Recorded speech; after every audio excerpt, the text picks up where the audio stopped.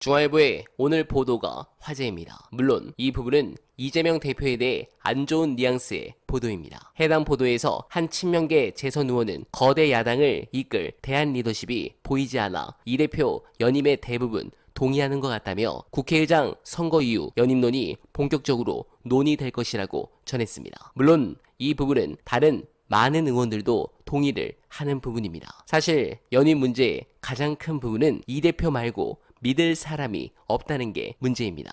겨우 이재명이란 깃발 아래 뭉쳐 있는데 그 기수가 사라지면 또 개판이 뭐니 어쩔 수 없는 의회 민주주의 정치의 폐해가 드러납니다. 그래서 저는 이재명 대표 추미애 국회의장 이 쌍두마차로 윤석열 정권을 1년 안으로 종식시키는데 힘을 쓰는 것이 좋다고 봅니다. 이유는 너무 나라가 빠른 속도로 망가지고 있기 때문입니다. 관련해 커뮤니티에서 화제가 된 영상 보시고 이어가 보겠습니다.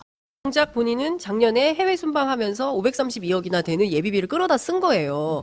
그 이유를 알 수가 없는 거예요. 도대체 이렇게까지 해외 순방을 해서 그러면 어떻게 해야 됩니까? 최소한 부산 엑스포 119대 29는 아니어야 되는 거예요. 부산 그렇지 엑스포. 않습니까? 네. 어떻게 이렇게 참담한 결과를 만들어 놓을 수가 있습니까? 사람들이 이런 것 때문에 진짜 뚜껑이 열리는 겁니다. 예?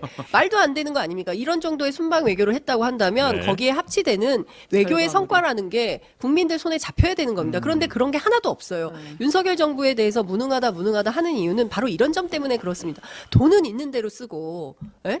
도대체 성과가 뭐야? 이런 비판을 하게 되는 거죠. 김건희 여사의 첫 번째 공개 행보는 검찰에 조사받고 출두하는 거예요? 예, 출두하는 거라고 저는 생각해요. 아, 출국 말고 출두다.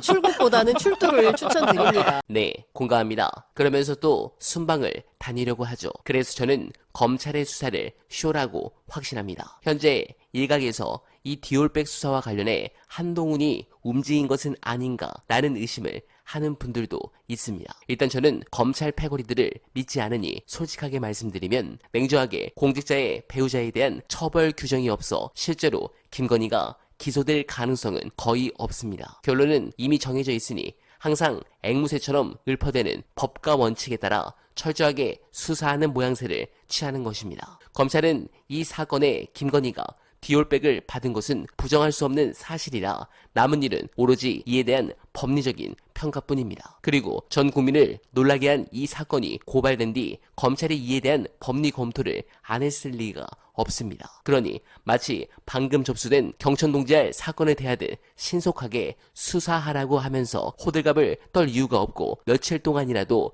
밤을 새서 수사해야 할 정도로 수사할 양이 많아서 검사 3명을 보강할 사안도 아닙니다. 그렇지만 그런 정도의 모양새를 만들어 불기소를 할 때 쏟아질 비판을 미리 대비해야 하기 때문입니다. 그러나 갑자기 이러는 것은 이번 총선 뒤에도 이들을 수사하는 모양새를 취하지 않다가는 검찰의 수사권을 폐지하고 검사의 특권을 모조리 없애는 입법이 눈앞에 다가올 것이 확연해졌기 때문입니다. 그래서 그 중에 가장 만만하게 싸게 칠 수 있는 디올백 수령 사건을 수사하는 척 모양새를 만든 것입니다. 물론 검찰이 아무것도 않다가 김건희에 대해 수사를 하는 척 하는 것 자체가 한 걸음을 내딛는 것은 분명합니다. 검찰 정권이라 해도 무방할 윤석열 정권 내부에 작은 균열이 생겼고 그 균열이 가진 상징성의 크기는 의외로 상당합니다. 사람들은 점차 윤석열 정권을 두려워하지 않고 조금씩 입을 열 것이기 때문입니다.